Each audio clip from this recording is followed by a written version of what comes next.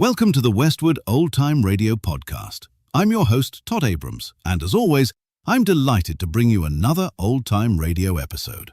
So settle back and let's get started with some vintage Old Time Radio.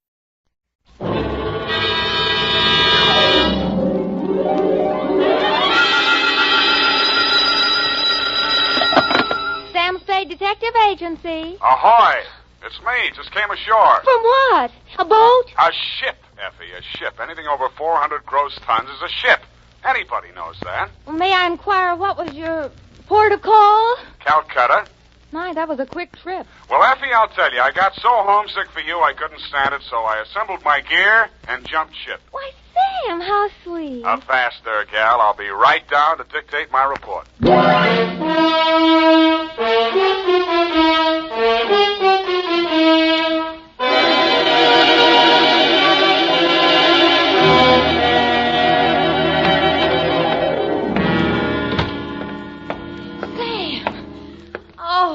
You are alive. Bon voyage, Effie. I've been worried sick. Where have you been? On my way to Calcutta, sweetheart, where the dawn comes up like thunder.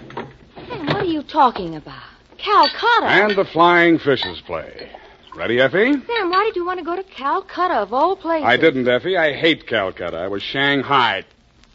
To, Mr. Philip J. Fogg, purser, SS Lurene. How do you spell that, Sam? Lurene. Oh, that's pretty. Sam, how could you be shanghaied in this day and age? I mean, isn't it against the law? Stow it, Effie. You're pumping bilge water. Sam, I am not. From Samuel Spade, license number get 137596, when you have the time, regarding the Calcutta Trunk Caper. Dear Mr. Fogg, the following report will explain the enclosed voucher, which is a claim against your company for the amount of $500 and no cents. It will also answer any questions you might be asked concerning the recent unpleasantness on board your ship. It all started yesterday morning in San Francisco when my secretary announced briefly and caustically that there was a lady outside who wanted to talk to me. I judged that she was worth talking to. She was. Your secretary let me in. Well, I'm glad she did. What can I do for you? I'm Marcia Hopkins. I see. Mrs. Marcia Hopkins. I see. However, my husband is dead. I see. It's about my sister that I've come to you, Mr. Spade. I'm dreadfully worried about her. Who's your sister? Miss Constance Pendleton. And she's become involved with a ne'er-do-well, a completely worthless scoundrel, and a real foreign bluebeard. All three? It's one man, Mr. Spade. A Bulgarian, Major Andrea Rodnik. They're going to be married this afternoon, and I'm positive that his only interest is in her money. I'm convinced that he's going to kill her soon after the ceremony. He's done it to other wives in Europe. I've warned Constance and pleaded with her, done everything I could to stop it. But she's completely infatuated with him and refuses to listen to me. Mm-hmm. What do you want me to do? Prevent the marriage if you can. Get the truth about Rodnik's background and face Constance with it. Oh, Mr. Spade, in some way you've got to make her realize the seriousness of the situation. He's a ruthless character. Well, do what I can, Mrs. Hopkins. Oh, thank you, Mr. Spade. Oh, I've felt so alone and helpless until now. Oh, really? But you will do everything you can, won't you? We've got to save her life.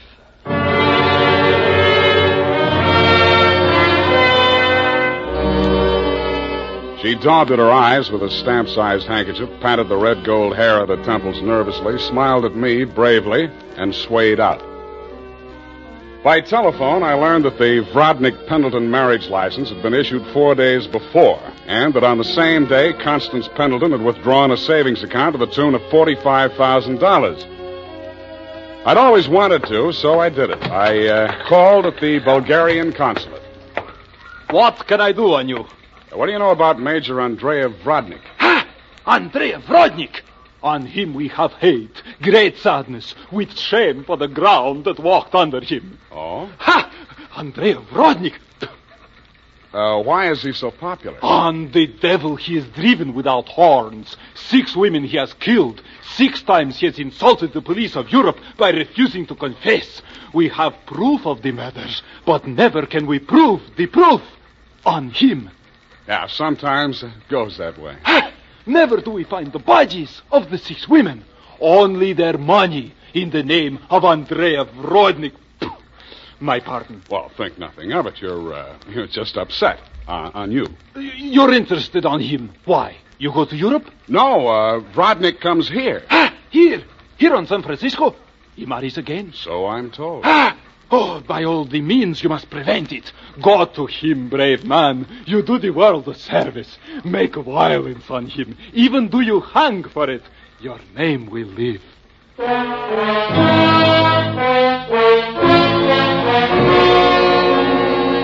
With those valiant words goading me on, I left. The farther I got into the caper, the more it looked as if Marcia's fears for Constance Pendleton were very real and very well-founded. When Constance opened the door of her hotel suite, I could see 3 trunks and a number of smaller pieces of luggage, all locked and ready to be taken out. Yes? You're Constance Pendleton? Yes? I'm a detective. My name is Spade. Detective? What do you want? I want to talk to you about that Bluebeard you're going to marry. Get out of here. You listen, I'll talk, and then I'll get out of here. I just left the Bulgarian consulate. Vrodnik has been accused of the murders of 6 women in Europe. Each of them were wealthy. Each of them married him, and each time Vrodnik came into all their money. Are you trying to blackmail me because of the lies about my fiancé's past? If you are, you're wasting your time. Well, no matter what I'm doing, I'm wasting my time. But to put you straight, your sister hired me, and I am now resigning. She's worried about you, not me. Then you should spend more time investigating your clients, Mr. Spade. You could have saved both of us some time. I have no sister. This is my wedding day. Goodbye, Mr. Spade.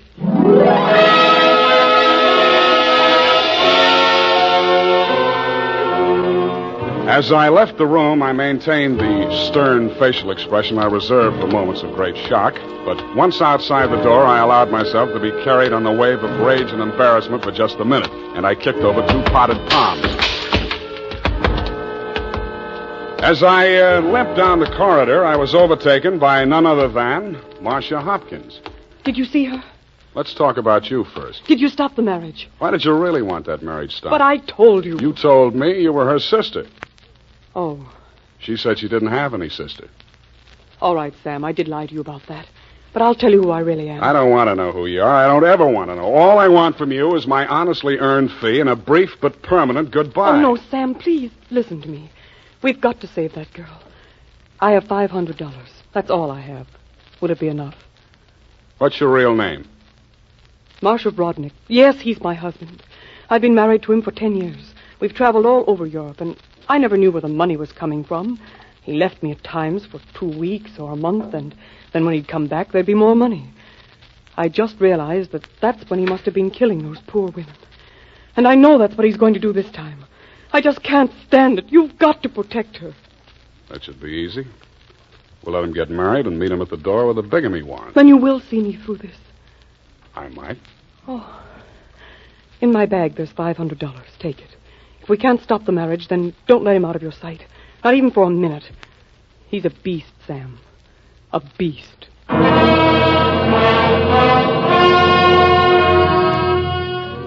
Marcia dropped me in front of the Beast's Hotel, and I climbed some fake marble steps to the 2nd floor and knocked at his door. The man who opened it was heavy, handsome in a swarthy, coarse sort of a way, and glowing conceit through 2 eyes. One monocled, one not. You are facing Major Andrei Rodnik, 1st Bulgarian Horse. What want you? You were facing Saul Fox of the law firm of Fox, Smedley, Van Dusen, and Grip. You overwhelmed yourself. I came here to warn you. If you go through with the marriage to Constance Pendleton, you're going to find yourself tangled with civil law. Warn Andrei Rodnik, who has personally led more saber charges than you have teeth in your skull. Yes. Who has personally split, slashed, and impaled on his own blade more men than you have fingers and toes. You warn me? What is this talk? You're going to have a bigamy charge slapped on you 5 minutes after you slip her the ring. The warrant signed by Mrs. Marcia Rodnik. Bigamy? Ha! I laugh. This is not bigamy. Marcia's your wife, isn't she? That bigamy was committed when I married her. I had another wife then. You call yourself a lawyer, then you know that only the second marriage is bigamy. The ones following that are nothing but interludes. Okay, Major, go ahead and have your interlude. I'm just warning you. Oh, speaks. We are being married on Redwood City from a justice of the peace 1 hour previous. Then we are sailing through the SS Lurine at midnight with our honeymoon. Already a droshky waits for the baggage and luggage. Go now before I'm losing my temper. If you're ever in Calcutta, look me up. Da!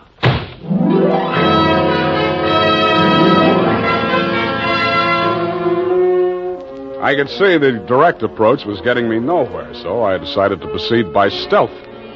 I waited outside the building, and when he left, I tailed him. He made 4 stops. At a second-hand store, a hardware store, a surgical supply house, and an undertaker supply house.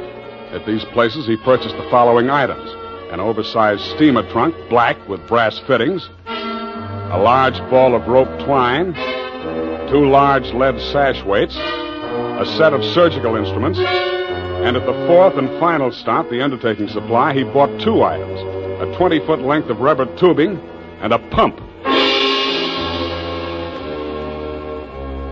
He returned to the second-hand store with his other purchases, put them inside the trunk, and ordered it sent up to Constance's hotel immediately, and thereupon it took himself to the same place. Marcia was waiting in the empty lobby when he went in. I crouched behind a pillar, turned up my hearing aid, and listened. Did you get the thing? Yeah. Now listen, my darling. We must work fast. As soon as the trunk arrives, before she has a chance to get to the telephone... Yes, Andre, but please, no cutting in the apartment. As you wish, my darling. Now, you know what you have to do. While I'm getting her into the trunk, you'll change her clothes, put on her traveling dress, the hat with the... What is it? What's the matter? Nothing.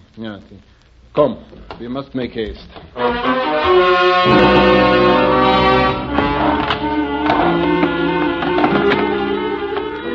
They made haste to the elevators, and I made haste to the row of house telephone booths around the corner and called Constance's room. Hello? Mrs. Rodnick? Speaking. Listen, get out of that room right away. Don't take the elevator. Go down the stairs. Who is this? What are you talking about? I haven't got time to explain, and you haven't got time to listen. All those stories about your husband are true. He's going...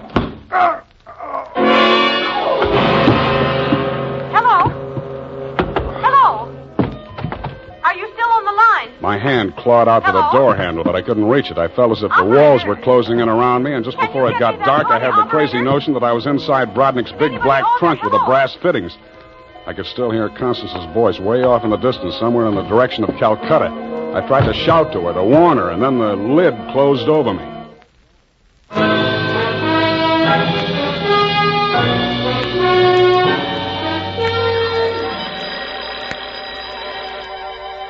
I shook my head trying to get the bells out of it. Then I remembered where I was and what had happened. I was still wedged into the bottom of a phone booth where I'd slumped when Brodnick sapped me. I got out of there somehow and grabbed a taxi for the Embarcadero. The time was 11:55. The SS Lorraine was scheduled to sail at midnight.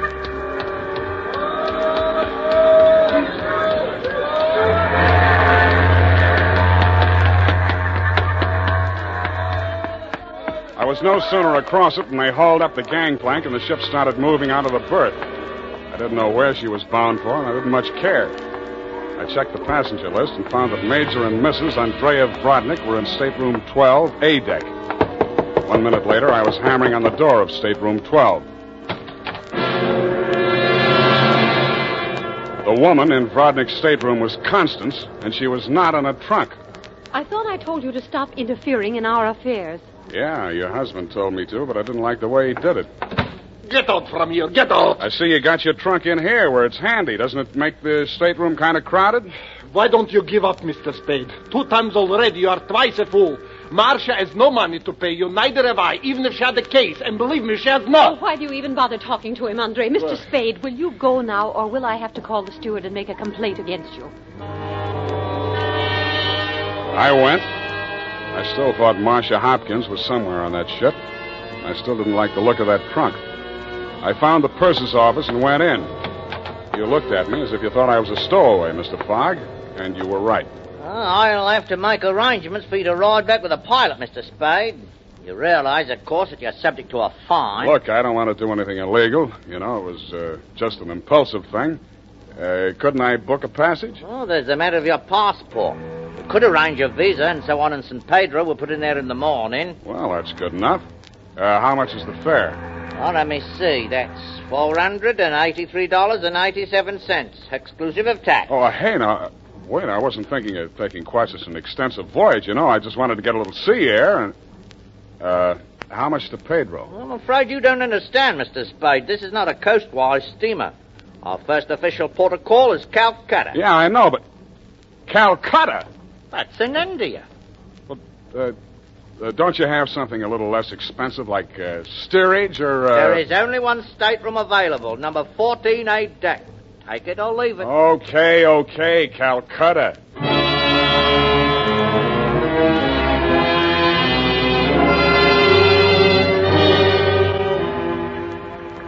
After buying my passage to Calcutta, I had exactly 12 cents left. This I gave to the steward who showed me to my stateroom. He thanked me, kicked me in the shins, and left. Out on deck, a tall, red-nosed old gentleman in knickerbockers and a yachting cap was taking a turn around the deck. With him was a face I'd seen in the morning lineup down at the Hall of Justice a dozen times. He was a hotel thief by profession, name of Norman Gorman. He knew me, too, but he didn't give me a tumble. I fell into step with him. Sea air. Nothing like it, am I right? Yeah, I guess it's okay, but there's so much of it. Bracing. Salt spray. Nothing like it. Oh, hey, Norman, my lad. I hate it. I hate boats. Suppose there was a fire on board. Fire? Oh, ridiculous. This your first voyage to the Orient? Yeah. The inscrutable East. You've made this trip before? Oh, yes, indeed. I've worked this line. Yes, indeed. I make this voyage very often. Business interest out in India. Tea, you know. Runs in my family. Sturgis's Golden Orient in the little yellow package. Ever tried it? No, I never indulged. Huh? Don't drink tea. That's ridiculous. Commodore, I need a drink. I ain't happy. Suppose there was a fire on board here. Well, let's all have a drink. Yeah, suppose there was Shall a we? fire. Come on, I'll shot you to a drink, sir. Not me, Commodore. I just remember this is Fire Prevention Week.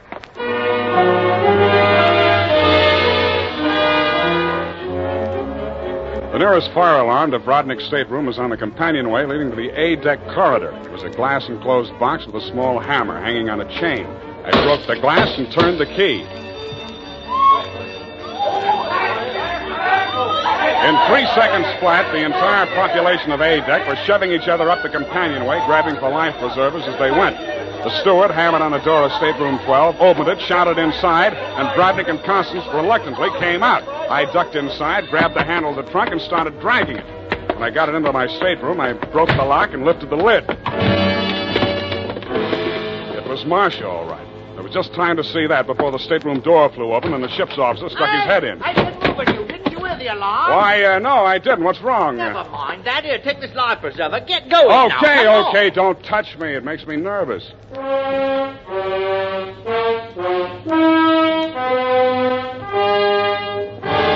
20 minutes later, the captain announced to the mob up on the deck that it was a false alarm, and the passengers drifted back to their cabins. I tried to look casual as I unlocked my stateroom door and walked in.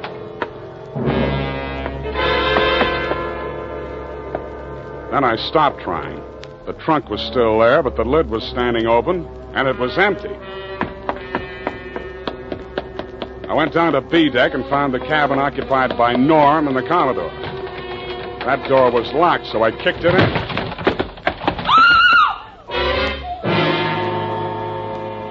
You could still see the marks on her wrists and ankles where the cord had been. It was the girl I had seen in the trunk.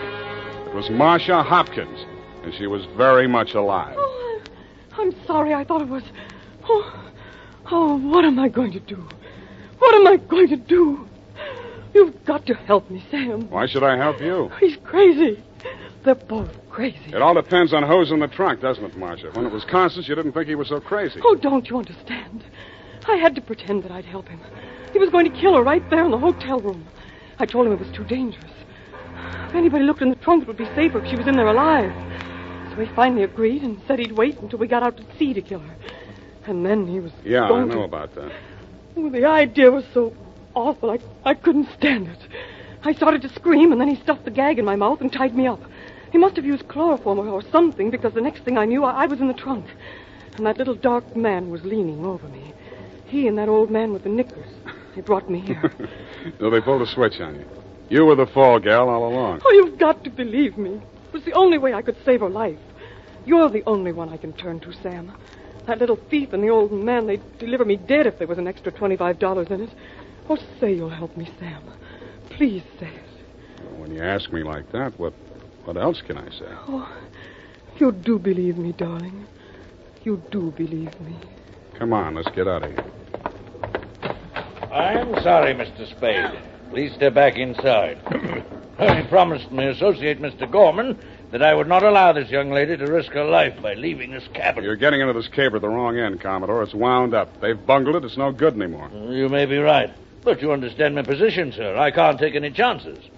You've talked to Mr. Gorman? Norm? Yeah, I talked to him. He took you into his confidence? Stop making with the pistol, Commodore. You don't know how to use it anyway. Oh, heavens, Norm. You're as white as a sheet. What is it? Oh, he's sick. Go get a doctor. Yes, indeed. Right away. Listen, Spade. Take her with you. Get out of here. I don't want no part of this. You got it bad, Norm. I'm sick, I tell you. The way I had it sized, this was a clean caper, a snatch. I figure the dame here's an heiress or something. Maybe they drop her off in L.A., connect some ransom, and go on. I figured there was enough for all of us. Oh, but that creep, that Rodnick, he's crazy. He's a regular Jack the Ripper. Stop babbling, Norm. Tell me what happened, exactly what happened. I get a sinking feeling in my stomach every time I think about it. Well, I go in, see? He's very smooth, very businesslike. He offers me a drink. I accept it. He mixes a couple of highballs for me and the dame, then he starts talking. I guess she don't know all about it before this, because she gets just sick as I do. First, I think he's kidding. Then he drags out this set of cutlery like a doctor uses to operate on people. Only he's got something else in mind. The porthole, you understand? Oh, please. I don't want to hear anymore. Being as it's you he has in mind, I don't blame you. My stomach. Hey, Norm. Norm. Here he is, the ship's surgeon. Oh, dear me. What? Stand away from him, please. Help me get him into the bunk. Sure, Doctor. Take the shade off that light, please. Yes. He's dead, isn't he? Oh, yes, he's dead, of course. Who poisoned him? I didn't waste any time answering him. I grabbed him by the arm. Before he could object, I was pushing him up the companionway to A deck. It was probably too late to save Constance's life. She'd drunk the same poison, and I was pretty sure she had, but if I was going to nail him for the murder of Constance, I had to get there before the evidence vanished. We got there just in time. I don't need to tell you what we saw, and I'd rather not. Rodnick rose slowly to his feet, clicked his heels military fashion, and bowed very low. The ship's surgeon. How opportune. Perhaps you could advise me, Doctor. After all, I am, in all honesty, even still, a mere amateur at this sort of thing.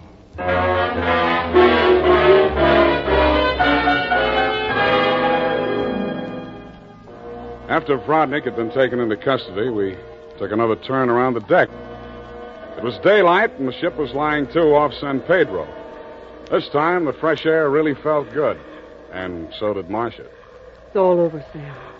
Yes, sweetheart, it's all over. But not between us. Say it, Sam. Say it's not all over between us. How can it be? I knew it. I knew you felt the same way. All my life before, it's been like a terrible nightmare. It never really happened. But it did happen, sweetheart. Oh, but you can forget it, darling, can't you? Please forget it. I'd like to, Marcia. I really would. Hold me close, Sam. Never let me go. You're beautiful. Is that all, Sam? Nothing else? Yeah, lots else. That's why I think we better say goodbye right now. Because when I feel like this, I get foolish. And if I get foolish with you, I'm likely to wake up in a trunk someplace.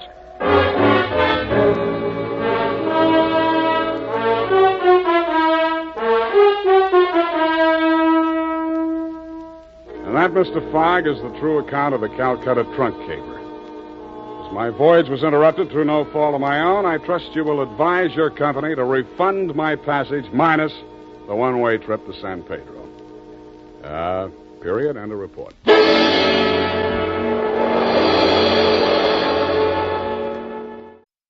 You've been listening to the Westwood Old Time Radio Podcast. Thank you for listening, and please remember